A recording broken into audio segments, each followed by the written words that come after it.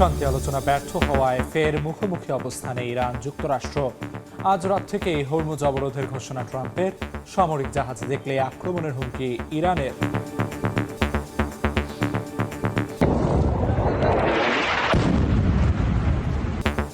দুই হাজারের বেশি প্রাণহানির পরও লেবাননে ইসরায়েলি আগ্রাসন চলছেই। যুদ্ধ চালিয়ে যাওয়ার হুঁশিয়ারি নেতানিয়াহুর, অনিশ্চয়তার মুখে বাস্তুচ্যুত লাখো মানুষ।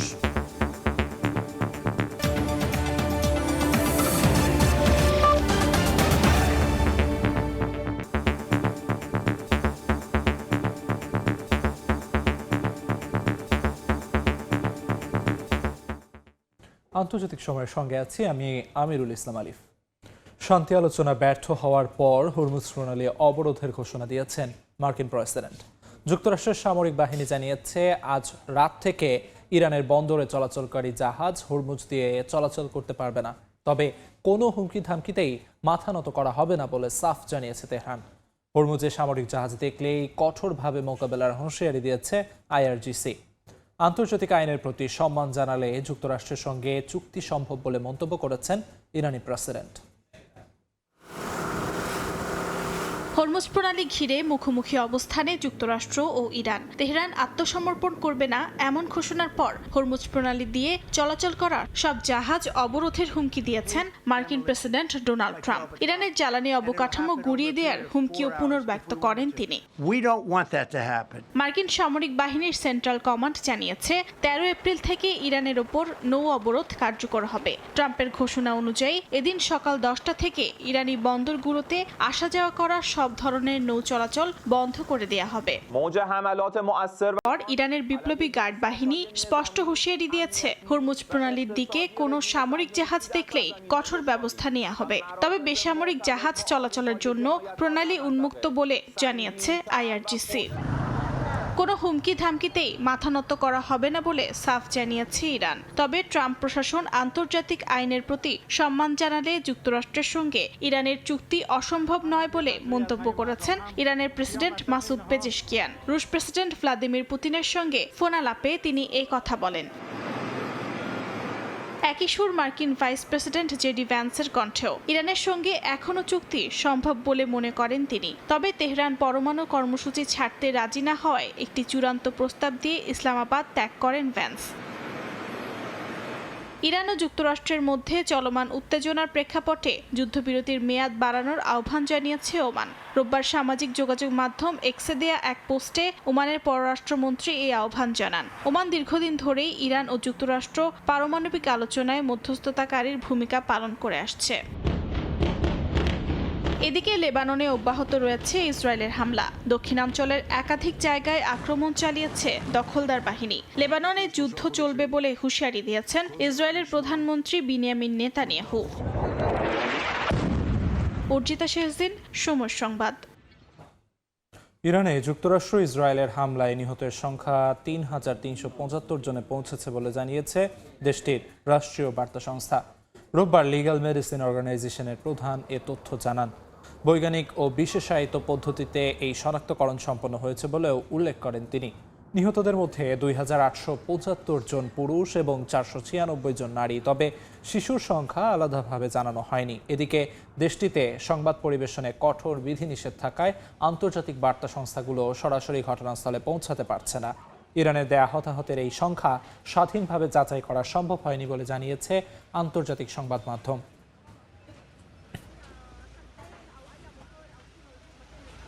হামলা শান্তি প্রক্রিয়াকে জটিল করে তুলছে। যদিও অগ্রগতি সম্ভব, তবে স্বল্প সময়ে চূড়ান্ত সমাধান পাওয়া কঠিন হবে বলেই ধারণা করা হয়।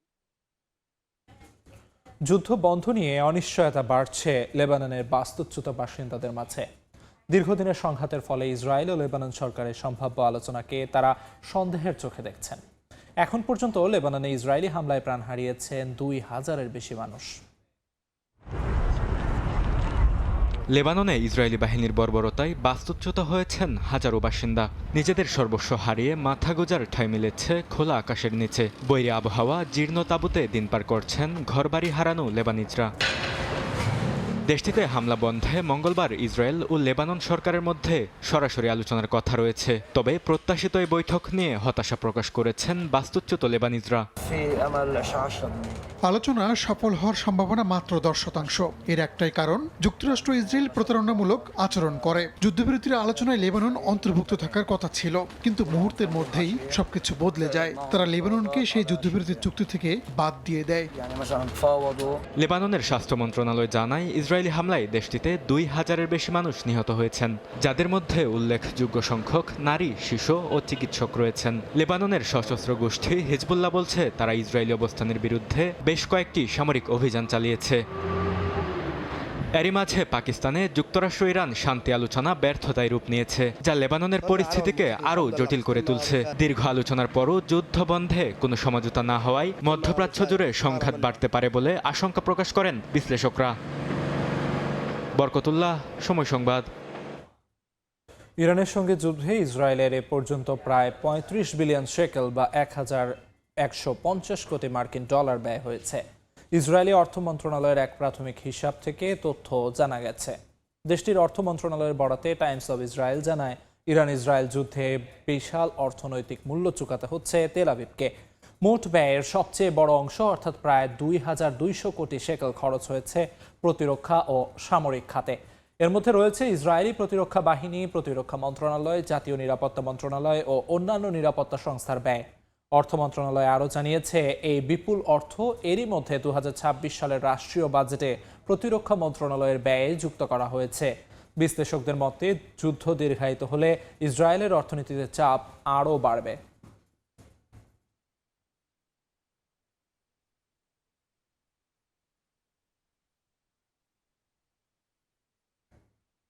ইসলামাবাদে ওয়াশিংটন তেহরান বৈঠকে ইরানের জন্য কিছু অপরিবর্তনীয় শর্ত নির্ধারণ করেছিল যুক্তরাষ্ট্র। হোয়াইট হাউস জানায়, এর মধ্যে ছিল ইউরেনিয়াম সমৃদ্ধকরণ বন্ধের পাশাপাশি প্রধান পারমাণবিক স্থাপনা ভেঙে ফেলা, হামাস, হিজবুল্লাহ ও হাউথিকে অর্থ সহায়তা বন্ধের পাশাপাশি হরমুজ খুলে দেওয়া, যার একটিতেও সম্মত হয়নি তেহরান। বিশ্লেষকরা বলছেন, হরমুজ প্রণালীর কারণে ইরানের এসব শর্ত এখনই মেনে নেওয়ার সম্ভাবনা কম। পাকিস্তানে দীর্ঘ 21 ঘন্টার টানটান আলোচনার পরও যুক্তরাষ্ট্র ও ইরান কোনো সমঝোতায় পৌঁছাতে পারেনি। বৈঠক শেষে মার্কিন ভাইস প্রেসিডেন্ট জেডি ভ্যান্স ঘোষণা দেন, ইরানের সঙ্গে যুদ্ধ অবসানের প্রচেষ্টা ব্যর্থ হয়েছে। রোববার হোয়াইট হাউস জানায়, তারা ইরানের জন্য কিছু অপরিবর্তনীয় শর্ত ঠিক করেছিল, তবে এসব শর্তের বেশিরভাগই আগে থেকেই ইরান প্রত্যাখ্যান করে আসছে। 6 সপ্তাহের যুদ্ধের পরও তেহরান তার কঠোর অবস্থান ধরে রেখেছে। যুক্তরাষ্ট্রের শর্তগুলোর মধ্যে ছিল, ইরানকে সব ধরনের ইউরেনিয়াম সমৃদ্ধকরণ বন্ধের পাশাপাশি তাদের প্রধান পারমাণবিক স্থাপনাগুলো ভেঙে ফেলতে হবে। এছাড়া মাটির নিচে রাখা প্রায় 400 কেজির বেশি উচ্চমাত্রার ইউরেনিয়াম তুলে দিতে হবে। সেই সঙ্গে ইরানকে আঞ্চলিক শান্তি ও নিরাপত্তা কাঠামোয় যুক্ত হতে হবে এবং হামাস, হিজবুল্লাহ ও হাউথিকে অর্থ সহায়তা বন্ধ করতে হবে। হরমুজ প্রণালী সম্পূর্ণ খুলে দেওয়ার পাশাপাশি নৌ চলাচলে কোনো শুল্ক নেওয়া যাবে না। তবে বিশ্লেষকদের মতে, ইরানের শর্ত এখনই মেনে নেওয়ার সম্ভাবনা কম। হরমুজ প্রণালী এখনও বন্ধ থাকায় তেহরান মনে করছে তাদের হাতে বড় ধরনের চাপ সৃষ্টির ক্ষমতা রয়েছে। অন্যদিকে ডোনাল্ড ট্রাম্প ও তার প্রশাসন বলছে, যুদ্ধের পর ইরান অনেক দুর্বল হয়ে পড়েছে, তাই এখনই শর্ত মেনে নেয়াই তাদের জন্য ভালো। অর্জিতা শেহজিন, সময় সংবাদ। ইরান যুক্তরাষ্ট্র আলোচনায় হরমুজ প্রণালী, পরমাণু ইস্যু, যুদ্ধের ক্ষয়ক্ষতি প্রদান ও জব্দকৃত সম্পদ ছাড়ার মতো গুরুত্বপূর্ণ ইস্যুতে কোনো সমঝোতা হয়নি। বৈঠকে কোনো পক্ষই এ বিষয়গুলোতে নিজেদের আগের অবস্থান থেকে এক চুলও নড়েনি। ভবিষ্যতে সম্ভাব্য আলোচনায় এই ইস্যুগুলোতে তেহরান ওয়াশিংটনকে একমত করানোই মধ্যস্থতাকারীদের জন্য এক বড় চ্যালেঞ্জ। পাকিস্তানের ইসলামাবাদের সেরেনা হোটেলে রুদ্ধশ্বাস বৈঠকের পর কোনো সমাধান ছাড়াই শেষ হয়েছে যুক্তরাষ্ট্র ইরান উচ্চ পর্যায়ের আলোচনা। বিভিন্ন ইস্যুতে একমত হলেও সুরাহা হয়নি কয়েকটি গুরুত্বপূর্ণ বিষয়ের। আলোচনায় প্রধান অমীমাংসিত বিষয়ের মধ্যে অন্যতম ছিল হরমুজ প্রণালীর নিয়ন্ত্রণ। যুক্তরাষ্ট্র এই জলপথের জন্য যৌথ ব্যবস্থাপনার প্রস্তাব দিলেও ইরান তা সরাসরি প্রত্যাখ্যান করেছে। তেহরানের দাবি, এই প্রণালী তাদের জলসীমার অংশ, তারা এখানে নিয়ন্ত্রণ ধরে রাখা এবং ট্রানজিট ফি আদায়ের অধিকার রাখে। আলোচনার টেবিলে বড় বাধা হয়ে দাঁড়িয়েছে ইরানের জব্দকৃত সম্পদ এবং ইউরেনিয়াম সমৃদ্ধকরণ। কাতারের ব্যাংকে থাকা ইরানের $6 বিলিয়ন সম্পদ ছাড় দেয়া নিয়ে দুই দেশ ভিন্ন যুক্তি দেখায়। এছাড়া ইরান নির্দিষ্ট মাত্রায় ইউরেনিয়াম সমৃদ্ধকরণ চালিয়ে যাওয়ার অধিকারের কথা জানালেও মার্কিন প্রতিনিধিরা এটিকে যুক্তরাষ্ট্রের জন্য রেডলাইন বা অলঙ্ঘনীয় সীমা উল্লেখ করে নাকচ করেন। এছাড়া সাম্প্রতিক যুদ্ধে মার্কিন ইসরায়েলি হামলায় ক্ষয়ক্ষতি বাবদ ক্ষতিপূরণও দাবি করে ইরান। তবে দীর্ঘ আলোচনায় এই বিষয়েও সম্মত হয়নি যুক্তরাষ্ট্র। তেহরানের পরমাণু ও ক্ষেপণাস্ত্র ইস্যুতে ওয়াশিংটনের মাথা ব্যথা বেশ পুরানো। আর জব্দকৃত সম্পদ ছাড় দিলে ইরানের অর্থনীতি চাঙ্গা হবে, ফলে এই সুবিধা আদায়ে তেহরানও কোনো কথা শুনতে নারাজ। এই বিষয়গুলো সমাধানে ইরান যুক্তরাষ্ট্রকে রাজি করানোই এখন কূটনৈতিক প্রচেষ্টা চালানো দেশগুলোর জন্য বড় চ্যালেঞ্জ। ফারহাদ চৌধুরী, সময় সংবাদ। যুদ্ধ ঘিরে ইরান যুক্তরাষ্ট্রের মধ্যে শান্তি আলোচনার পর পরবর্তী পদক্ষেপের বিষয়ে দুপক্ষ কোনো মন্তব্য না করলেও সরব ইসরায়েল। এক ভাষণে তেহরানের বিরুদ্ধে লড়াই চালিয়ে যাওয়ার ইঙ্গিত দিয়েছেন দেশটির প্রধানমন্ত্রী বিনিয়ামিন নেতানিয়াহু। এদিকে হিজবুল্লাহ নিরস্ত্রীকরণ সহ দুটি শর্তে লেবাননে শান্তি চুক্তি করতে আলোচনার অনুমোদন দেওয়া হয়েছে বলে দাবি করেছেন ইসরায়েলি প্রধানমন্ত্রী। লেবাননে থামছেই না ইসরায়েলি বর্বরতা। ইরান যুদ্ধ ঘিরে দেশটিতে যুদ্ধবিরতি হলেও তার নামে নেই একের পর এক হামলা চালিয়ে যাচ্ছে দখলদার বাহিনী। এতে দেশটির বিভিন্ন অঞ্চলে প্রতিদিনই বাড়ছে হতাহতের সংখ্যা। স্থানীয় সময় রোববারও দেশটির বাবডা সহ বেশ কয়েকটি এলাকায় হামলা চালানো হয়। লেবাননের স্বাস্থ্য মন্ত্রণালয় বলছে অব্যাহত হামলায় এ পর্যন্ত নিহত হয়েছেন 2000-এর বেশি মানুষ, আহত হয়েছেন 6000-এর বেশি। এদিকে ইসরায়েলি সেনাবাহিনীর দাবি গত 24 ঘন্টায় 200টির বেশি হিজবুল্লাহ ঘাঁটিতে হামলা চালানো হয়েছে। লড়াইয়ে কয়েকজন যোদ্ধা নিহত ও অস্ত্রজব্দের কথাও জানিয়েছে আইডিএফ। অন্যদিকে ইসরায়েলি ট্যাঙ্ক, সেনা ও সামরিক স্থাপনাকে লক্ষ্য করে পাল্টা আঘাত হেনেছে হিজবুল্লাহ। হামলা পাল্টা হামলার মধ্যেই লেবাননের সঙ্গে প্রজন্মের পর প্রজন্ম টিকে থাকবে এমন একটি শান্তি চুক্তির কথা বলেছেন ইসরায়েলি প্রধানমন্ত্রী। লেবানন আমাদের কাছে বেশ কয়েকবার সরাসরি শান্তি আলোচনা শুরু করার জন্য এসেছে। আমাদের ইতিহাসে এমনটা কয়েক দশক আগে একবার হয়েছিল। হিজবুল্লাহকে নিরস্ত্র করা এবং দীর্ঘস্থায়ী হবে এমন একটি সত্যিকারের শান্তি চুক্তির শর্তে আমি এটি অনুমোদন করেছি। এদিকে সুকৌশলে যুক্তরাষ্ট্রকে ইরানের সঙ্গে যুদ্ধে জড়িয়ে শুধু ক্ষান্ত হয়নি ইসরায়েল। কোনো সমঝোতা ছাড়া শেষ হয় ইরান যুক্তরাষ্ট্র বৈঠকের মধ্যে তেহরানের বিরুদ্ধে লড়াই চালিয়ে যাওয়ার ইঙ্গিত দিয়েছেন নেতানিয়াহু। টেলিভিশনে দেয়া এক ভাষণে তিনি বলেন, এই যুদ্ধ ইসরায়েলের জন্য ঐতিহাসিক সাফল্য এনে দিয়েছে। এমনকি ইরানের সামরিক সক্ষমতা ও পারমাণবিক কর্মসূচি গুড়িয়ে দেওয়া হয়েছে বলেও দাবি করেন তিনি। তেহরানকে টিপ্পনী কেটে নেতানিয়াহু আরও বলেন, ইসরায়েলকে শ্বাসরোধ ও নিশ্চিহ্ন করতে চাওয়া ইরানই এখন টিকে থাকার লড়াই করে চলেছে। পরবর্তীতে সামাজিক যোগাযোগ মাধ্যমেও একই অবস্থান পুনর্ব্যক্ত করেন তিনি। তার নেতৃত্বে ইসরায়েল ইরানের সন্ত্রাসী শাসন ও তাদের মিত্রদের বিরুদ্ধে অভিযান চালিয়ে যাবে বলেও স্পষ্ট বার্তা দেন নেতানিয়াহু। নাসরিন রুমি, সময় সংবাদ। আন্তর্জাতিক সময় আরও থাকছে। হাঙ্গেরিতে ট্রাম্প পুতিনের ঘনিষ্ঠ মিত্র ভিক্টর অরবানের 16 বছরের শাসনের অবসান। বিরোধী নেতার ভূমিধস জয়, ইউরোপের রাজনীতিতে বড় পরিবর্তনের ইঙ্গিত।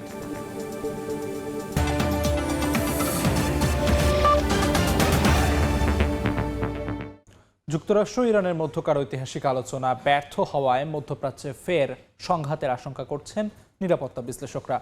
অনেকে মনে করছেন এই কূটনৈতিক অচলাবস্থা কেবল মধ্যপ্রাচ্য নয়, বৈশ্বিক অর্থনীতিতে দীর্ঘমেয়াদী নেতিবাচক প্রভাব ফেলতে পারে।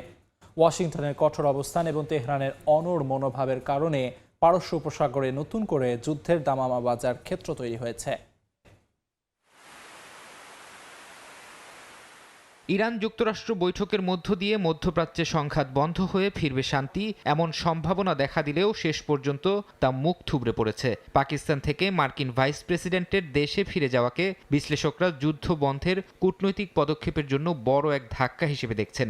অনেকের মতে দুই দেশের মধ্যে আস্থার যে সংকট ছিল তা এই উচ্চ পর্যায়ের আলোচনায় দূর করা সম্ভব হয়নি। পরমাণু ইস্যুতে ইরানের অনড় অবস্থানকে বিশ্লেষকরা দেখছেন দেশটির জাতীয় নিরাপত্তা নিশ্চিত করার একটি ঢাল হিসেবে। ইরান তার সার্বভৌমত্ব রক্ষায় কোনো আপোষ করতে রাজি হয়নি। অন্যদিকে এই ইস্যুতে ছাড় দেয়নি যুক্তরাষ্ট্র। বিশ্লেষকদের আশঙ্কা, কূটনৈতিক পথ বন্ধ হয়ে গেলে ইসরায়েল ও ইরানের মধ্যে সরাসরি সংঘাতে জড়ানোর ঝুঁকিও বহুগুণ বেড়ে যাবে। মধ্যপ্রাচ্যের অর্থনীতির ওপর আলোচনা ব্যর্থতার প্রভাব হবে সুদূরপ্রসারী। অর্থনৈতিক বিশ্লেষকরা সতর্ক করেছেন, হরমুজ প্রণালী ঘিরে উত্তেজনা বাড়লে বিশ্ববাজারে তেলের সরবরাহ ফের বিঘ্নিত হতে পারে। ইরান যদি তার জলসীমায় নিয়ন্ত্রণ আরও কঠোর করে তবে জ্বালানি তেলের দাম রেকর্ড ছাড়াবে। অন্যদিকে হরমুজে জাহাজ চলাচল স্বাভাবিক করার বিষয়ে মার্কিন প্রেসিডেন্ট আগেই হুমকি দিয়ে রাখায় পরিস্থিতি বেশ জটিল আকার ধারণ করেছে। বিশ্লেষকদের মতে মধ্যপ্রাচ্যের অস্থিতিশীলতা কেবল এই অঞ্চলেই সীমাবদ্ধ থাকবে না, বরং তা বৈশ্বিক সাপ্লাই চেইন এবং উন্নয়নশীল দেশগুলোর অর্থনীতিতেও ধস নামাতে পারে।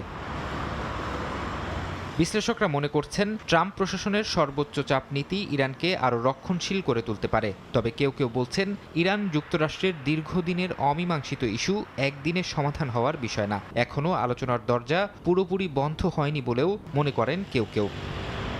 ফারহাদ চৌধুরী, সময় সংবাদ। সুপার পাওয়ার হলেও ইরানের বিরুদ্ধে যুদ্ধের ব্যর্থতা যুক্তরাষ্ট্রের ক্ষমতার সীমাবদ্ধতার প্রমাণ দিয়েছে। রুশ গণমাধ্যম আরটি তথ্য বলছে, ওয়াশিংটনের কাছে তেহরানের বিরুদ্ধে যুদ্ধ অস্তিত্বের নয়, বরং মিত্র ইসরায়েলের স্বার্থেই এই লড়াইয়ে জড়ায় ট্রাম্প প্রশাসন। এই বাস্তবতা প্রশ্ন তুলছে, যুক্তরাষ্ট্রের ক্ষমতার সীমা কোথায়, আর সেই সীমা জানার পর মিত্রদের ভবিষ্যৎ কি।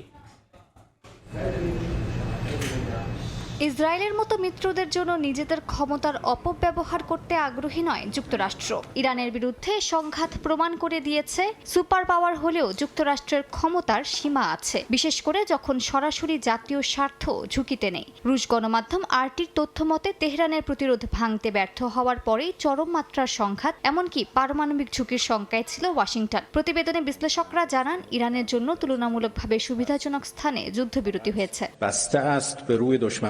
এই যুদ্ধ যুক্তরাষ্ট্রের অভ্যন্তরে সরাসরি প্রভাব ফেলে না, তবে পারমাণবিক ব্যবহার না করার সিদ্ধান্ত প্রমাণ করে দেয়, রাজনৈতিক ও কৌশলগত হিসাবে এই যুদ্ধ যথেষ্ট গুরুত্বপূর্ণ ছিল না। সবচেয়ে বড় বার্তা গেছে যুক্তরাষ্ট্রের মিত্রদের কাছে। বিশ্লেষকরা জানান, উপসাগরীয় দেশগুলো যেমন ইরানের পাল্টা হামলার শিকার হয়েছে, তেমনি ইউরোপের ফিনল্যান্ড বা বাল্টিক রাষ্ট্রগুলো এখন নতুন করে ভাবছে মার্কিন প্রশাসনের নিরাপত্তা নিশ্চয়তা কতটা নির্ভরযোগ্য তা নিয়ে। স্পষ্ট হয়েছে, ওয়াশিংটন সব পরিস্থিতিতে মিত্রদের জন্য সর্বোচ্চ ঝুঁকি নেবে না, তাদের প্রতিশ্রুতি শর্ত সাপেক্ষ। প্রতিবেদনে আরও জানানো হয়, প্রেসিডেন্ট ডোনাল্ড ট্রাম্পের নেতৃত্বে বর্তমান মার্কিন নীতিতে একটি ব্যবসায়িক দৃষ্টিভঙ্গি স্পষ্ট। এই নীতিতে লাভ ক্ষতির হিসাবে প্রাধান্য পায়, মর্যাদা বা ক্ষমতার বিমূর্ত ধারণা নয়। মালিহা সুহুরওয়ার্দী, সময় সংবাদ। ইরানকে কোনো ধরনের সামরিক সহায়তা বা অস্ত্র সরবরাহ করলে চীনের ওপর 50% শাস্তিমূলক শুল্ক আরোপের কঠোর হুঁশিয়ারি দিয়েছেন মার্কিন প্রেসিডেন্ট ডোনাল্ড ট্রাম্প। তবে ট্রাম্পের এই হুমকির আইনি ভিত্তি নিয়ে অনিশ্চয়তা রয়েছে বলে জানিয়েছে মার্কিন সংবাদ মাধ্যম পলিটিকো।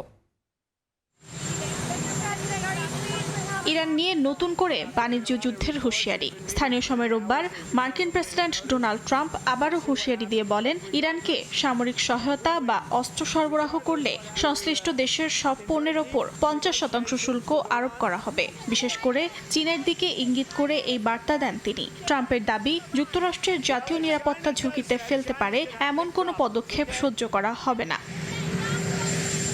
তবে এই হুমকির আইনি ভিত্তি নিয়ে তৈরি হয়েছে অনিশ্চয়তা। 1977 সালের জরুরি অর্থনৈতিক ক্ষমতা আইন ব্যবহারে সাম্প্রতিক আদালতের সীমাবদ্ধতার কারণে প্রেসিডেন্টের সরাসরি শুল্ক আরোপের ক্ষমতা আগের মতো সহজ নয় বলে জানায় মার্কিন সংবাদ মাধ্যম পলিটিকো। ট্রাম্প চাইলে 1930 সালের শুল্ক আইনের ধারা 338 ব্যবহার করতে পারেন, কিন্তু সেটি সাধারণত বৈষম্যমূলক বাণিজ্য নীতির ক্ষেত্রে প্রযোজ্য। অস্ত্র সরবরাহের মতো কারণে এর ব্যবহার আইনি দিক থেকে দুর্বল হতে পারে। এদিকে ইরান যুদ্ধ শুরুর পর বেইজিং তেহরান সম্পর্ক গুরুত্বপূর্ণ হয়ে উঠেছে। চীন আগামী কয়েক সপ্তাহের মধ্যে ইরানের নতুন আকাশ প্রতিরক্ষা ব্যবস্থা পাঠানোর প্রস্তুতি নিচ্ছে বলে দাবি করেছে মার্কিন গোয়েন্দারা। অর্জিতা শেহজিন, সময় সংবাদ। ইস্টার সানডে উপলক্ষে ঘোষিত যুদ্ধবিরতি লঙ্ঘনের পাল্টাপাল্টি অভিযোগ তুলেছে মস্কো ও কিয়েভ। রুশ বাহিনীর হামলার সমুচিত জবাব দেওয়ার হুঁশিয়ারি দিয়েছেন ইউক্রেনের প্রেসিডেন্ট ভলোদিমির জেলেনস্কি। অন্যদিকে সোমবার থেকে আবারও পূর্ণমাত্রার আক্রমণ শুরুর ঘোষণা দিয়েছেন রুশ president Vladimir Putin. Easter Sunday ঘিরে ৩২ ঘন্টার যুদ্ধবিরতি শুরুর পর থেকে রুশ সেনারা ইউক্রেনের ড্রোন হামলা ও গোলাবর্ষণ করে বলে অভিযোগ তুলেছে কিয়েভ। এই সময়ের মধ্যে রাশিয়া ২,২৯৯ বার যুদ্ধবিরতি লঙ্ঘন করেছে বলেও দাবি করা হয়। নিরস্ত্র সেনাদের গুলি করে হত্যার অভিযোগ তুলে আন্তর্জাতিক আইনের লঙ্ঘন বলে নিন্দা জানায় ইউক্রেন। প্রেসিডেন্ট ভলোদিমির জেলেনস্কি বলেন, রাশিয়ার প্রতিটি হামলার জবাব সমানভাবে দেয়া হবে। যুদ্ধবিরতি বাড়িয়ে শান্তি আলোচনার সুযোগ তৈরির আশা প্রকাশ করেন জেলেনস্কি। এদিকে যুদ্ধবিরতি লঙ্ঘনের পাল্টা অভিযোগ মস্কোরও। রাশিয়ার প্রতিরক্ষা মন্ত্রণালয়ের দাবি, ইউক্রেন প্রায় ১,৯৭১ বার যুদ্ধবিরতি লঙ্ঘন করেছে। দিনিপ্রো পেট্রোভস্ক, সুমি ও দোনেস্কে ইউক্রেনীয় বাহিনীর পাল্টা আক্রমণ এবং অগ্রযাত্রা ঠেকানোর কথা জানিয়েছে মন্ত্রণালয়। একই সঙ্গে ইউক্রেনের অ্যাম্বুলেন্সে ড্রোন হামলায় চিকিৎসা কর্মীদের আহত হওয়ার দাবি করেছে দেশটি। ভলোদিমির জেলেনস্কির যুদ্ধবিরতির সময় বাড়ানোর প্রস্তাব প্রত্যাখ্যান করে সোমবার থেকে আবারও পূর্ণমাত্রার হামলা শুরুর ঘোষণা দিয়েছেন রাশিয়ার প্রেসিডেন্ট ভ্লাদিমির পুতিন। গত বছরও ইস্টার উপলক্ষে একই ধরনের স্বল্পমেয়াদী যুদ্ধবিরতির ঘোষণা দিয়েছিল রাশিয়া। তবে সেই সময় উভয় পক্ষই যুদ্ধবিরতি লঙ্ঘনের অভিযোগ তোলে। রাশিয়ার জাতীয় দিবস উপলক্ষে আরও একটি যুদ্ধবিরতির প্রস্তাব দেয়া হলেও সেটিও কার্যকর হয়নি। ইউক্রেন সে সময় ওই উদ্যোগকে চরম ভণ্ডামি হিসেবে আখ্যা দেয়। অর্জিতা শেহসিন, সময় সংবাদ। ১৬ বছরের একচ্ছত্র শাসনের অবসান ঘটিয়ে হাঙ্গেরিতে রাজনৈতিক পালাবদলের ইতিহাস গড়লেন পিটার মেজার। বিপুল ভোটে ভূমিধস জয় পেয়ে শুধু সরকার গঠনই নয়, সংবিধান বদলের ক্ষমতাও পেতে যাচ্ছে তার দল। এ জয়কে হাঙ্গেরির মুক্তি বলে অভিহিত করেছেন মেজার। তিসজা পার্টির এই ঐতিহাসিক বিজয়ে রাস্তায় নামেন হাজার হাজার মানুষ। হাঙ্গেরির পার্লামেন্ট নির্বাচনে নাটকীয়ভাবে পরাজিত হয়েছেন দীর্ঘদিনের প্রধানমন্ত্রী ভিক্টর অরবান, যিনি একই সঙ্গে মার্কিন প্রেসিডেন্ট ডোনাল্ড ট্রাম্প ও রুশ প্রেসিডেন্ট ভ্লাদিমির পুতিনের ঘনিষ্ঠ মিত্র ছিলেন। প্রায় ৮০% ভোটারের অংশগ্রহণে অনুষ্ঠিত নির্বাচনে পিটার মেজরের নেতৃত্বাধীন তিসজা পার্টি ১৯৯টি আসনের মধ্যে ১৩৮টিতে জয়ী হয়ে ২/৩ সংখ্যাগরিষ্ঠতা অর্জন করে। এতে সংবিধান সংশোধনের মতো বড় ক্ষমতাও তাদের হাতে চলে যাচ্ছে। বিজয় ভাষণে আজ সত্যের জয় হয়েছে বলে মন্তব্য করেন পিটার। তিনি এ জয়কে হাঙ্গেরির মুক্তি হিসেবে অভিহিত করেন। অন্যদিকে অরবান নির্বাচনের এই ফলাফলকে দুঃখজনক উল্লেখ করলেও স্বচ্ছ হয়েছে বলে জানান। পাশাপাশি বিরোধী দল হিসেবে কাজ চালিয়ে যাওয়ার ঘোষণা দেন অরবান। বিজয়ী পিটারকে শুভেচ্ছাও জানান তিনি।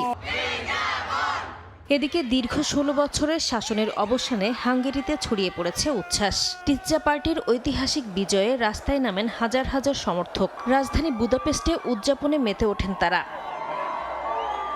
হাঙ্গেরির এই সরকার পরিবর্তনের বড় প্রভাব পড়তে যাচ্ছে ইউরোপীয় ইউনিয়নের রাজনীতিতে। ইউক্রেনকে সহায়তা দেওয়া সহ বিভিন্ন ইস্যুতে অরবান দীর্ঘদিন ধরে ইউর নীতির বিরোধিতা করে আসছিলেন। তার বিদায়ে সেই পথ খুলে যেতে পারে বলে ধারণা করা হচ্ছে।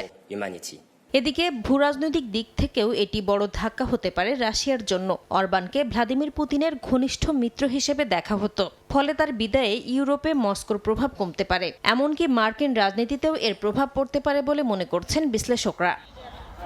নাসরিন রুমি, সময় সংবাদ।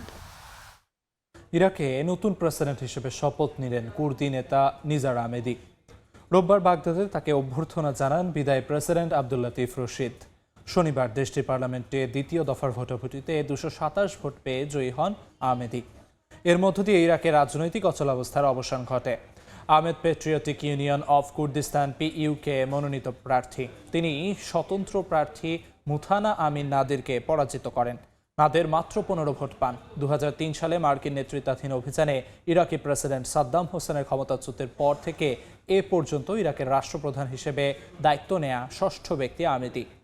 ৫৮ বছর বয়সে আহমেদি কয়েক দশক ধরে ইরাকের রাজনৈতিক অঙ্গনের কেন্দ্রবিন্দুতে থেকে কাজ করছেন। তিনি দুজন সাবেক প্রেসিডেন্টের জ্যেষ্ঠ সহকারী হিসেবে দায়িত্ব পালন করেছেন এবং ২০২২ থেকে ২৪ সাল পর্যন্ত পরিবেশ মন্ত্রী হিসেবে দায়িত্ব পালন করেছেন।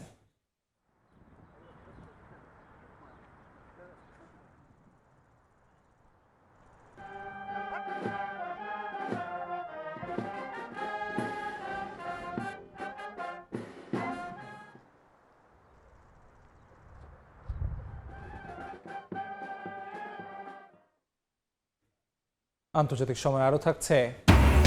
গাজা অভিমুখে আবারও গ্লোবাল সুমুদ ফ্লোটিলার যাত্রা শুরু। অংশ নিচ্ছে 70 দেশের 1000 স্বেচ্ছাসেবী। উপত্যকায় মানবিক সংকট ভয়াবহ, আন্তর্জাতিক মানবাধিকার সংস্থার তথ্য। যুক্তরাষ্ট্রের নিউ জার্সিতে রেস্তোরাঁয় গুলিবর্ষণের ঘটনায় এক ব্যক্তি নিহত হয়েছেন, আহত হয়েছেন আরও 6 জন। স্থানীয় সময় শনিবার রাতে এ ঘটনা ঘটে। প্রত্যক্ষদর্শীরা জানান, ঘটনার সময় রেস্তোরাঁর কাছে 7টিরও বেশি গুলির শব্দ শোনা যায়। এদিকে আহতদের অবস্থা শঙ্কামুক্ত বলে জানিয়েছে স্থানীয় কর্তৃপক্ষ।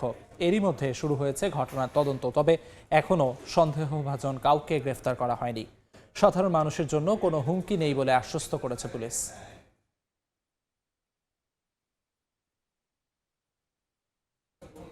দেখছেন আন্তর্জাতিক সময়। ভারতের পশ্চিমবঙ্গে বিধানসভা নির্বাচনের প্রথম দফার ভোটের আর মাত্র 10 দিন বাকি। দ্বিতীয় দফার ভোট হবে আর 6 দিন পর। নির্বাচনী প্রচারে ব্যস্ত রাজ্যের শাসক দল তৃণমূল কংগ্রেস ও বিরোধী দল বিজেপি। থেমে নেই রাজ্যের বাম ও কংগ্রেস প্রার্থীরাও। পশ্চিমবঙ্গের বিধানসভা নির্বাচনের খবর জানাতে এই মুহূর্তে কলকাতায় আছেন সহকর্মী সুব্রত আচার্য। যাচ্ছি তার কাছে। আজ থেকে ঠিক 9 দিন পর 23শে এপ্রিল প্রথম দফায় ভোট। প্রথম দফায় পশ্চিমবঙ্গে যে 152টি আসনে ভোট হচ্ছে, ইতিমধ্যেই সেই আসনগুলোকে টার্গেট করেই রাজ্যের দুই প্রধান রাজনৈতিক প্রতিপক্ষ বিজেপি এবং তৃণমূল কংগ্রেস নিজেদের প্রার্থীর হয়ে প্রচারণায় ব্যস্ত সময় পার করছেন। এদিকে বিজেপির প্রার্থীদের হয়ে প্রধানমন্ত্রী নরেন্দ্র মোদী আর তৃণমূল কংগ্রেসের প্রার্থী হয়ে মুখ্যমন্ত্রী মমতা বন্দ্যোপাধ্যায়। আপনি জানেন যে এই রাজ্যে মোট আসন সংখ্যা 294। তৃণমূল কংগ্রেস 3টি, গোর্খা পাহাড়ে 3টি জোট সঙ্গীদের আসন ছেড়ে 291 আসনেই তাদের নিজেদের প্রার্থী দিয়েছে, আর বিজেপি যথারীতি 294 আসনের প্রার্থী দিয়েছে। এই প্রধান দুই প্রতিপক্ষের প্রধান দুই মুখ, প্রধানমন্ত্রী নরেন্দ্র মোদী আর মুখ্যমন্ত্রী মমতা বন্দ্যোপাধ্যায়, দুজনেই প্রায় প্রচারে একই সুর বেঁধে দিয়েছেন। সেটি হচ্ছে তারা বলছেন যে তাদের প্রার্থীদের, ভোটারদের তাদের প্রার্থীদের দেখতে হবে না, তারাই প্রত্যেক কেন্দ্রের প্রত্যেক আসনের প্রার্থী। গতকালকে আমরা দেখেছি শিলিগুড়িতে, কেওড়াখালীতে প্রধানমন্ত্রী নরেন্দ্র মোদী তার যে স্বভাবসুলভ ভঙ্গি, যেভাবে তিনি যেভাবে তিনি তার দলীয় প্রচার করছেন, নির্বাচনে বিজেপির পক্ষে সওয়াল করছেন, ঠিক সেরকম ভাবেই তিনি কিন্তু বলেছেন যে প্রত্যেক প্রার্থী কে দাঁড়িয়েছে, মোদী আমি দাঁড়িয়েছি। এছাড়া আপনি জানেন যে মোদীর 6 গ্যারান্টি এবং এর আগে যে 15টি তাদের সংকল্পপত্র অর্থাৎ নির্বাচনী ইশতেহার, সেই সমস্ত বিষয়েও কথা বলেছেন। এদিকে পাল্টা মুখ্যমন্ত্রী মমতা বন্দ্যোপাধ্যায় শুধু এবারের বিধানসভা নির্বাচনে নয়, এর আগে 2021 সালেও আমরা নির্বাচনে দেখেছি যে সব আসনের প্রার্থী মুখ্যমন্ত্রী মমতা বন্দ্যোপাধ্যায়, অর্থাৎ প্রার্থীকে ইন্ডিভিজুয়ালি কোন বিধানসভা আসনে কে প্রার্থী সেটি ভোটারদের দেখতে বারণ করেছেন। এবার আসি নির্বাচনের এই 9 দিন আগে নির্বাচনের দুই প্রতিপক্ষর রাজনৈতিক যে যুযুধান, দুই প্রতিপক্ষ শিবির, তাদের নির্বাচনী প্রচারণায় কি এলো। আপনি জানেন যে নির্বাচনে প্রধান দুই প্রতিপক্ষের কাছেই হচ্ছে নির্বাচনে দুটো ইস্যু, এক অনুপ্রবেশকারী এবং 2 ভোটার তালিকা নিবিড় সংশোধনী SIR। এবং আপনি জানেন যে 91 লক্ষ কাছাকাছি এই শেষবার গেলবারের যে নির্বাচন লোকসভা বা তার আগের বিধানসভা নির্বাচন 2021 সালে বিধানসভা নির্বাচন, সেই তুলনায় এই চলতি ভোটার নিবিড় সংশোধনী প্রক্রিয়া SIR এ প্রায় 91 লক্ষ ভোটারের নাম বাদ গিয়েছে। এর আগে খসড়া তালিকা যখন 28 ফেব্রুয়ারি হয় তখনই 58 লক্ষের নাম বাদ গিয়েছে এবং পরে কিন্তু আমরা দেখেছি প্রায় 66 লক্ষ নাম, সেই নাম নেই। অর্থাৎ আমরা দেখা গিয়েছে যে গতবার অর্থাৎ 2024 সাল লোকসভা নির্বাচনে যে ভোটার তালিকা ছিল অর্থাৎ 7,66,00,000, সেখান থেকে প্রায় 12% ভোটার এবারের অনুপস্থিত। এবং এই ভোটারদের মধ্যে 30% ভোটারদের মধ্যে 60 লক্ষ হিন্দু এবং 30 লক্ষ মুসলিম। এবার এই যে দুই ব্যাপক সংখ্যক দুটো ধর্মীয় সম্প্রদায়ের মানুষের ভোট কেটে যাওয়ার ফলে কিন্তু প্রধান দুই পক্ষ কিন্তু নিজেদের মধ্যে রাজনৈতিক অঙ্ক করছে। আপনি জানেন তৃণমূল কংগ্রেসের বিরুদ্ধে বরাবরই অভিযোগ তোলা হয় যে এই রাজ্যের ভোট ব্যাংকের একটি বড় অংশ তৃণমূল কংগ্রেস। এটা নিঃসন্দেহে বলার অপেক্ষা রাখে না যে আমরা দেখেছি যে গেলবার অর্থাৎ 2021 সালে যে নির্বাচন হয়েছে বিধানসভা নির্বাচন, সেখানে 30% ভোট রয়েছে সংখ্যালঘুদের। এরকমটি প্রায় 80টি আসন তৃণমূল কংগ্রেস কংগ্রেস জিতেছে এবং শুধু তাই নয় 20% ভোট রয়েছে মুসলিমদের, সেরকমটি প্রায় 111টি আসন কিন্তু তৃণমূল কংগ্রেসের ঝুলিতে গিয়েছে এবং সব মিলিয়েই 213টি আসনের মধ্যে কিন্তু একটা বড় সংখ্যক আসন যেখানে ভোটের যে অঙ্ক, সেই অঙ্ক যদি আমরা বিশ্লেষণ করি তাহলে মুসলিম সংখ্যা কিন্তু এই ভোটের বাক্সে প্রভাব ফেলেছিল। বিজেপির একেবারে নিজস্ব শিবিরে অন্দরমহলে রয়েছে, তারা খুশি যে তৃণমূল কংগ্রেসের ভোট ব্যাংক মুসলিম ভোটারদের অনেক নাম কেটে গিয়েছে, সুতরাং এবার তাদের জয় নিশ্চিত। এবং একই রকম ভাবে তৃণমূল কংগ্রেসের অভ্যন্তরে কিন্তু আমরা দেখেছি যে তাদের মধ্যেও একটি খুশির হাওয়া রয়েছে, কারণ বিপুল সংখ্যক প্রায় 60 লক্ষ হিন্দু ভোটারের নাম বাদ দিয়েছে। তারা মনে করছেন যে বিজেপির বিরুদ্ধে এই ক্ষোভ এবং রাগ, এই উষ্মা বিজেপি বলা ভালো নির্বাচন কমিশনের বিরুদ্ধে, নির্বাচন কমিশন কিন্তু বিজেপির হয়ে কাজ করছে এমনটা অভিযোগ তৃণমূল কংগ্রেস বরাবর করে আছে। কিন্তু ভোট বাক্সে এবার তৃণমূলের ভোট বাক্সে এই বিজেপির বিরুদ্ধে নেতিবাচক ভোটের প্রভাব পড়ছে। রাজনৈতিক দুটো শিবির তৃণমূল কংগ্রেস এবং বিজেপি দুটোই নিজেদের মধ্যে এই ভোটার তালিকা নিয়ে কিন্তু অঙ্ক কষতে শুরু করেছে। অন্যদিকে আপনি জানেন যে এই প্রধান দুটো রাজনৈতিক দল ছাড়াও বাম এবং কংগ্রেস, এই দুটো রাজনৈতিক দলও কিন্তু 294 আসনে নির্বাচনী প্রচারণায় ব্যস্ত সময় পার করছেন। তবে খানিকটা পিছিয়ে থাকলেও রাহুল গান্ধী আগামী সপ্তাহে হয়তো একই রকম ভাবে এই পশ্চিমবঙ্গে 2-3টি জেলায় প্রচারণায় ব্যস্ত সময় পার করবেন। তো এই ছিল আমার কাছে ভারতের গুরুত্বপূর্ণ পশ্চিমবঙ্গ রাজ্যের যে বিধানসভা নির্বাচন, তার আগে আমার কাছে থাকা সমস্ত রাজনৈতিক হিসেব নিকেশের এই পর্যন্ত ছিল শেষ তথ্য। কলকাতা থেকে সবশেষ খবরাখবর জানাচ্ছিলেন সহকর্মী সুব্রত আচার্য। সঙ্গীত জগতের স্বর্ণালী অধ্যায়ের অবসান।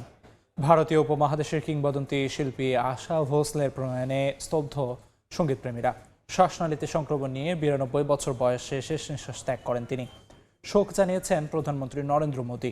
আজ মুম্বাইয়ে রাষ্ট্রীয়ভাবে হবে শেষকৃত্যানুষ্ঠান। ভারত থেকে জানাচ্ছেন সুব্রত আচার্য। 40-এর দশক থেকে উপমহাদেশের সঙ্গীতপ্রেমী মানুষকে গান শুনিয়ে আসছিলেন যিনি, যার কণ্ঠে হিন্দি, বাংলা, মারাঠি সহ প্রায় 20টি ভাষায় 12,000-এর বেশি গান রেকর্ড হয়েছে। তিনি আশা ভোসলে। রোববার 92 বছর বয়সে শেষ নিঃশ্বাস ত্যাগ করেন এই কিংবদন্তি শিল্পী। তার প্রয়াণের খবরে গোটা সঙ্গীত মহল ভেঙে পড়ে শোকে। মুম্বাই থেকে টলিপাড়া, শিল্পমহল থেকে ক্রীড়া জগৎ, রাজনীতিক থেকে সাধারণ মানুষ সবাই যেন শোকে মুহ্যমান। শোক প্রকাশ করেন ভারতের প্রধানমন্ত্রী নরেন্দ্র মোদী, মুখ্যমন্ত্রী মমতা বন্দ্যোপাধ্যায় সহ বিভিন্ন রাজ্যের মুখ্যমন্ত্রী। আমরা ওনাকে হারিয়েছি, আমরা শুধু নয় পুরো পৃথিবী ওনাকে হারিয়েছি। অতীতের সেই আর.ডি. বর্মনের সময়কার গলা এখনো যেন 92 বছরেও তার জন্য সেই গলার সেই প্রাণোচ্ছল সেটা আমরা দেখতে পেতাম। একটা নক্ষত্র খসে পড়লো, আমাদের এটাই হচ্ছে মর্মাহত আমরা। সোমবার বিকেলে মুম্বাইয়ের রাষ্ট্রীয় মর্যাদায় তার শেষকৃত্যানুষ্ঠান সম্পূর্ণ হবে। এর আগে সকাল 11টা থেকে তার মরদেহ লোয়ার গ্র্যান্ড কাসা স্মৃতি ভবনে রাখা হবে। 1933 সালের 8 সেপ্টেম্বর মহারাষ্ট্রে জন্মগ্রহণ করেন আশা ভোসলে। তার বড় বোন লতা মঙ্গেশকর 2022 সালের ফেব্রুয়ারিতে মারা যান। সুব্রত আচার্য, সময় সংবাদ, ভারত। দেখছেন আন্তর্জাতিক সময়। গাজা অভিমুখে আবারও 70টিরও বেশি জাহাজ নিয়ে যাত্রা শুরু করেছে গ্লোবাল সুমুদ ফ্লোটিলা। প্রায় 1000 স্বেচ্ছাসেবী এতে অংশ নিয়েছেন। এদিকে ইসরায়েলের অব্যাহত হামলায় উপত্যকায় মানবিক সংকট ভয়াবহ রূপ নিয়েছে বলে জানিয়েছে আন্তর্জাতিক মানবিক সংস্থা। স্থানীয় সময় রোববার স্পেনের বার্সেলোনা বন্দর থেকে গাজার উদ্দেশ্যে যাত্রা শুরু করে গ্লোবাল সুমুদ ফ্লোটিলা। ফিলিস্তিনিদের জন্য মানবিক সহায়তা পৌঁছে দিতে এবার 70টিরও বেশি জাহাজ যাত্রা করছে। আয়োজকদের দাবি, এটি ইসরায়েলের অবরোধ ভাঙতে এখন পর্যন্ত সবচেয়ে বড় বেসামরিক সামুদ্রিক উদ্যোগ। 70 দেশের প্রায় 1000 স্বেচ্ছাসেবী অংশ নিচ্ছে সুমুদ ফ্লোটিলায়। প্রতিকূল আবহাওয়ার কারণে ধাপে ধাপে আন্তর্জাতিক জলসীমায় প্রবেশের পরিকল্পনা রয়েছে বলেও জানান আয়োজকরা। শান্তি কেবল স্থিতিশীল সময়ের বিলাসিতা নয়, এটি পৃথিবীর টিকে থাকার মৌলিক শর্ত। আমরা একে অপরকে আঘাত করতে ব্যস্ত থাকলে এই গ্রহকে সুস্থ করা সম্ভব নয়। জলবায়ু ন্যায় বিচার দাবি করা মানে যুদ্ধের যন্ত্রণা ও ধ্বংসযজ্ঞের অবসান দাবি করা। গত বছর অক্টোবরে একই সংস্থার একত্রিত করা প্রায় 40টি নৌকা অবরুদ্ধ গাজায় পৌঁছানোর চেষ্টা করলে ইসরায়েলি সামরিক বাহিনী বাধা দেয় এবং সুইডিশ আন্দোলনকর্মী গ্রেটা থুনবার্গ সহ 450 জনেরও বেশি অংশগ্রহণকারীকে গ্রেফতার করে। ইসরায়েলের অব্যাহত হামলায় উপত্যকায় মানবিক সংকট ভয়াবহ রূপ নিয়েছে। আন্তর্জাতিক মানবিক সংস্থা MSF বলছে, যুদ্ধবিরতির 6 মাস পরও সহিংসতা থামেনি, বরং স্বাস্থ্য ব্যবস্থা ভেঙে পড়েছে। 2025 সালের অক্টোবরের পর থেকে 700-র বেশি মানুষ নিহত হয়েছে, আহত হয়েছে হাজারো মানুষ। চিকিৎসা সরঞ্জাম, ঔষধ, এমনকি ইনসুলিনের ঘাটতি চরমে। হাজার হাজার রোগী প্রয়োজনীয় চিকিৎসা পাচ্ছেন না বলেও জানায় সংস্থাটি। অর্জিতা শেহজিন, সময় সংবাদ। ভারী বৃষ্টি ও ঝোড়ো হাওয়ায় বিপর্যস্ত চীনের জিয়াংজি ও ফুজিয়ান প্রদেশ। ঝড়ের আঘাতে লণ্ডভণ্ড হয়ে গেছে বহু বাড়িঘর, উপড়ে গেছে গাছপালা। ঝড়ের পাশাপাশি শিলাবৃষ্টির কারণে নষ্ট হয়ে গেছে বিস্তীর্ণ ফসলি জমি। বিদ্যুৎ বিচ্ছিন্ন হয়ে পড়েছে বিভিন্ন এলাকা। ক্ষয়ক্ষতি মোকাবেলায় কাজ করছে স্থানীয় প্রশাসন। উদ্ধার অভিযানের পাশাপাশি বিদ্যুৎ ব্যবস্থা স্বাভাবিক করতে কাজ করে যাচ্ছে দেশটির দুর্যোগ ব্যবস্থাপনা বিভাগ।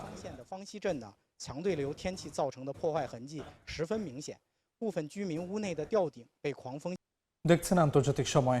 গাড়ির বাজারে আবারও বৈশ্বিক আধিপত্যের প্রমাণ দিয়েছে জাপানের automobile giant Toyota motor corporation. টানা ষষ্ঠবারের মতো বিশ্বের শীর্ষ গাড়ি বিক্রেতা হিসেবে অবস্থান ধরে রেখেছে প্রতিষ্ঠানটি। মার্কিন শুল্ক নীতির চাপ সহ নানা বৈশ্বিক চ্যালেঞ্জ থাকা সত্ত্বেও গত বছর 1,13,00,000-এর বেশি গাড়ি বিক্রি করেছে টয়োটা গ্রুপ। জাপান থেকে শাকিল মাহমুদের রিপোর্ট। গেল বছর মোট 1,13,22,575টি গাড়ি বিক্রি করেছে জাপানের automobile giant Toyota motor corporation. কোম্পানির দেয়া এই হিসাবের মধ্যে সহযোগী প্রতিষ্ঠান দাইহাটসু এবং হিনো মোটরসের উৎপাদিত গাড়িও অন্তর্ভুক্ত রয়েছে। বিক্রির পরিমাণ আগের বছরের তুলনায় 4.6% বেশি, যা জার্মানির ভলক্সওয়াগেন গ্রুপের মোট বিক্রিও ছাড়িয়ে গেছে। একই সঙ্গে এটি টয়োটার ইতিহাসের সর্বোচ্চ বিক্রির রেকর্ড হিসেবেও বিবেচিত হচ্ছে। দেশীয় বাজারেও শক্ত অবস্থান ধরে রেখেছে টয়োটা। শুধুমাত্র জাপানেই কোম্পানিটি 15 লাখের বেশি গাড়ি বিক্রি করেছে, যা আগের বছরের তুলনায় 4.1% বেশি। অন্যদিকে যুক্তরাষ্ট্রে বিক্রি 8% বৃদ্ধি পেয়ে 25,10,000 ইউনিটে পৌঁছেছে, যেখানে হাইব্রিড গাড়ির চাহিদা বড় ভূমিকা রেখেছে। এছাড়া চীনে 17,80,000-এর বেশি এবং ভারতে 3,50,000-এর বেশি গাড়ি বিক্রি করেছে টয়োটা, যেখানে ভারতের বাজারে প্রবৃদ্ধি ছিল উল্লেখযোগ্য 17.1%। উৎপাদনের দিক থেকেও 2025 সালে জাপানে 3.27 মিলিয়ন ইউনিট গাড়ি তৈরি হয়েছে, যা আগের বছরের তুলনায় 4.7% বেশি। জাপান থেকে মোহাম্মদ শাকিল মাহমুদ, সময় সংবাদ।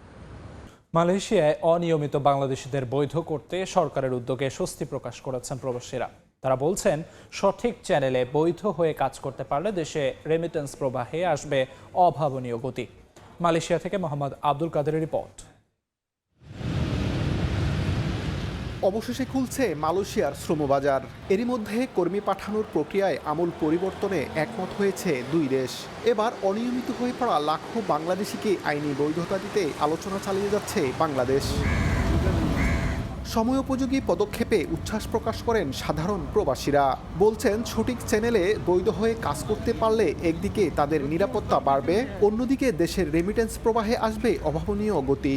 1 মাসের বেতন দিলে মনে হয় 4 মাস 5 মাসের খাবার বিল দিতেই চলে যায়। দেশে টাকাটা ছাড়বে কিভাবে, দেশের সংসার চলবে কিভাবে? দালালের খপ্পরে পড়ে বিভিন্ন প্রবাসী অবৈধ হয়ে যায়, যার কারণে অনেকে কাজ পায় না, অবৈধ পথে চলে যায়। মালয়েশিয়ার মধ্যে যারা প্রবাসী আছে তাদের জন্য যে নতুন উদ্যোগ গ্রহণ করছে, এটা অত্যন্ত ভালো।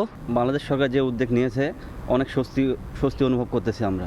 2026 সালের প্রথম 1.5 মাসেই মালয়েশিয়ায় আটক হন অন্তত 7,500 অবৈধ অভিবাসী। তাদের বেশিরভাগই বাংলাদেশি। অনিয়মিত হয়ে পড়া কর্মীদের আইনি বৈধতার জন্য কার্যকর সমঝোতার তাগিদ প্রবাসীদের। মালয়েশিয়ায় শ্রমিক রপ্তানির সুসংবাদের পাশাপাশি যারা বর্তমানে দুঃসহ সময় পার করছেন, তাদের বৈধকরণের বিষয়টি এখন বড় চ্যালেঞ্জ। দালালের হাতে জিম্মি হওয়া এই প্রবাসীদের স্বপ্ন কি সফল হবে, নাকি অবৈধতার তকমা নিয়ে ফিরতে হবে শূন্য হাতে? সেই প্রশ্নই এখন ঘুরপাক খাচ্ছে প্রবাসীদের মনে। মালয়েশিয়া থেকে মোহাম্মদ আব্দুল কাদের, সময় সংবাদ। যুক্তরাষ্ট্রের নিউ ইয়র্কের ঐতিহাসিক টাইমস স্কোয়ারে চতুর্থবারের মতো উদযাপিত হল বাংলা নববর্ষ ও বৈশাখী উৎসব। এতে বিপুল সংখ্যক মানুষ অংশ নেন। 22 এপ্রিল অঙ্গরাজ্যটির রাজধানী আলবানিয়ার সিনেটে উদযাপিত হবে বর্ষবরণ উৎসব। নিউ ইয়র্ক থেকে হাসানুজ্জামান সাকির রিপোর্টে বিস্তারিত।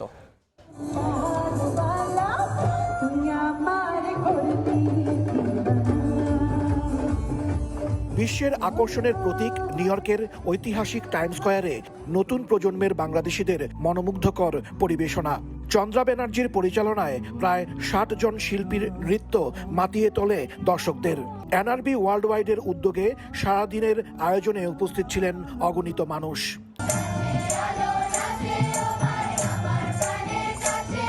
আলো ঝলমলে টাইম স্কয়ারে সমবেত প্রায় 100 শিশু। তাদের কণ্ঠে রবীন্দ্রনাথ, নজরুল, লালনের গান। টাইম স্কয়ারের আলো যেন আরো উজ্জ্বল হয়ে ওঠে। আমাদের সন্তানেরা যাদের জন্ম এই আমেরিকাতে, তারা আজকে আমাদের সাথে তারা গান গাইছে। তারা গেছে রবীন্দ্রনাথ ঠাকুরের গান, তারা গেছে লালনের গান। বিভিন্ন স্টেট থেকে এখানে মানুষজন এসেছে। আমাদের প্রধান উদ্দেশ্য ছিল আগামী প্রজন্মকে সম্পৃক্ত করা। একই মঞ্চে দলীয় সঙ্গীতে অংশ নেন নিউ ইয়র্কের শতাধিক শিল্পী। পুরো টাইম স্কয়ারে তখন বাংলা সংস্কৃতির আবহ, সেই সঙ্গে ছড়িয়ে দেন শান্তির বার্তা। ছিল যুদ্ধ বন্ধের আহ্বানও। এখানে ছোট ছোট বাচ্চাদের এত সুন্দর করে বাঙালি আনায়, ওদের নাচ শেখানো হয়, গান শেখানো হয়, সবকিছু দেখে ভীষণ ভালো লেগেছে। আর আমি আমার মেয়েকে সঙ্গে নিয়ে এসেছি। আমার মেয়ে অনেক মজা পাইছে দেখে। এর আগে বিকেলে মঙ্গল শোভাযাত্রার মধ্য দিয়ে শুরু হয় বর্ষবরণ উৎসব। শেষে সঙ্গীত পরিবেশন করেন বাংলাদেশের জনপ্রিয় শিল্পী নকুল কুমার বিশ্বাস। নিউ ইয়র্ক শহরে বসবাস করেন 800-রও বেশি ভাষাভাষী জাতিগোষ্ঠীর মানুষ। এর মধ্যে হাজার হাজার বাংলাদেশি আজকে নববর্ষ উদযাপন করেছেন। আর কয়েক লাখ মানুষ বাংলা নববর্ষ, বাংলা সংস্কৃতি, কৃষ্টি ও সংস্কৃতি উপভোগ করেছেন, যা বাংলাদেশিদের জন্য অত্যন্ত গর্বের, তা বলছেন আয়োজকরা। হাসানুজ্জামান সাকি, সময় সংবাদ, টাইম স্কয়ার, নিউ ইয়র্ক। আন্তর্জাতিক সময়ের শীর্ষ সংবাদগুলো জানিয়ে দিচ্ছে আরেকবার। শান্তি আলোচনা ব্যর্থ হওয়ায় ফের মুখোমুখি অবস্থানে ইরান যুক্তরাষ্ট্র। আজ রাত থেকেই হরমুজ অবরোধের ঘোষণা ট্রাম্পের। সামরিক জাহাজ দেখলেই আক্রমণের হুমকি ইরানের। হাঙ্গেরিতে ট্রাম্প পুতিনের ঘনিষ্ঠ মিত্র ভিক্টর অরবানের 16 বছরের শাসনের অবসান। বিরোধী নেতার ভূমিধস জয় ইউরোপের রাজনীতিতে বড় পরিবর্তনের ইঙ্গিত। এবং গাজা অভিমুখে আবারও গ্লোবাল সুমুদ ফ্লোটিলার যাত্রা শুরু। অংশ নিচ্ছে 70 দেশের 1000 স্বেচ্ছাসেবী। উপত্যকায় মানবিক সংকট ভয়াবহ, আন্তর্জাতিক মানবিক সংস্থার তথ্য। এই ছিল আন্তর্জাতিক সময়ের পর সকাল 10টার সময় সংবাদ নিয়ে থাকবেন রোজা চৌধুরী। ধন্যবাদ আলিফ।